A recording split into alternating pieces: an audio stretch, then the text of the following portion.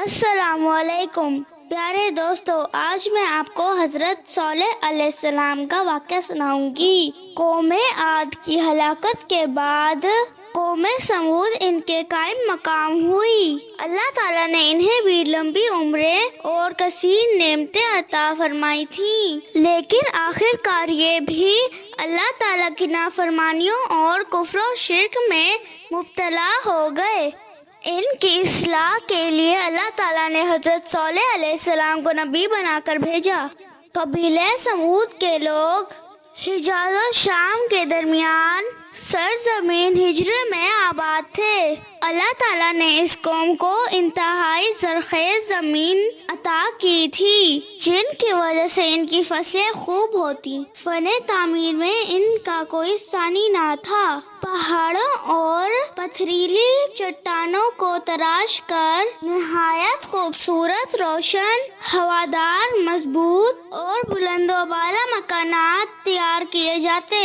آل سمود اللہ تعالیٰ کی وحدانیت پر ایمان رکھتے تھے اور اسی کے عبادت گزار بندے تھے۔ نیز قوم عاد کے عبرتناک انجام سے ڈر کر یہ لوگ خدا کی نافرمانی سے بہت بچتے تھے، لیکن گزرتے وقت اور نعمتوں کی بختات کے ساتھ جہاں ان میں غفلت و جہالت بڑھی، یہ لوگ کفر و شرک کا بھی شکار ہوئے۔ چنانچہ ایک عرصے بعد کچھ لوگوں نے پتھروں کی تراش کر کے کچھ عجیب قسم کے بت بنائے، پھر مختلف نام رکھ کر انہیں خدا کا شریک ٹھہرایا اور عبادت الہی چھوڑ کر ان بتوں کی پوجا میں مشغول ہو گئے۔ پھر اللہ تعالیٰ نے حضرت صالح علیہ السلام کو رسول بنا کر ان کی طرف بھیجا۔ آپ اپنی قوم میں سب سے زیادہ ذہین، فراخ دل اور بڑے حوصلہ مند شخص تھے۔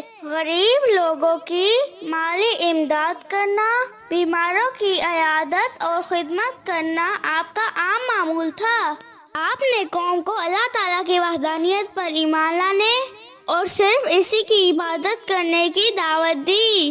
آپ کی دعوت سن کر قوم نے کہا، اس تبلیغ سے پہلے ہمیں تم سے کئی امیدیں وابستہ تھیں، لیکن افسوس تمہاری باتیں سن کر ہماری امیدیں خاک میں مل گئیں۔ تم ہمیں ان بتوں کی پوجا کرنے سے مت روکو جن کی ہمارے باپ دادا پوجا کرتے آئے ہیں۔ آپ نے قوم کو سمجھاتے ہوئے فرمایا، تم مجھے دعوت توحید دینے اور بت پرستی سے منع کرنے سے روک رہے ہو، لیکن حقیقت یہ ہے کہ میرے پاس تو اللہ کی وحدانیت کے قطعی دلائل موجود ہیں اور اس نے مجھے منصب رسالت سے نوازا ہے، لہذا دعوت توحید دینا تو میری ذمہ داری ہے۔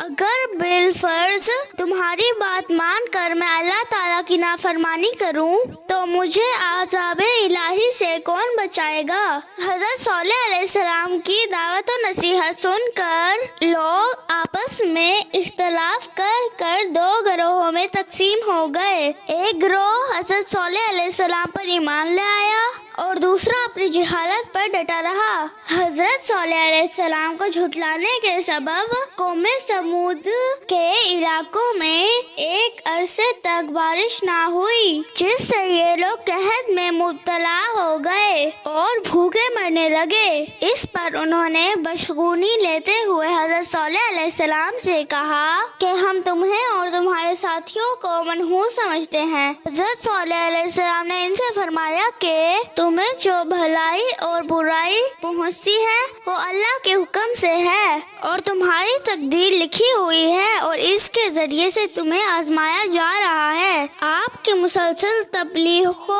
نصیحت سے تنگ آ کر قوم کے سرداروں نے یہ فیصلہ کیا کہ ان سے کوئی ایسا مطالبہ کیا جائے جسے یہ پورا نہ کر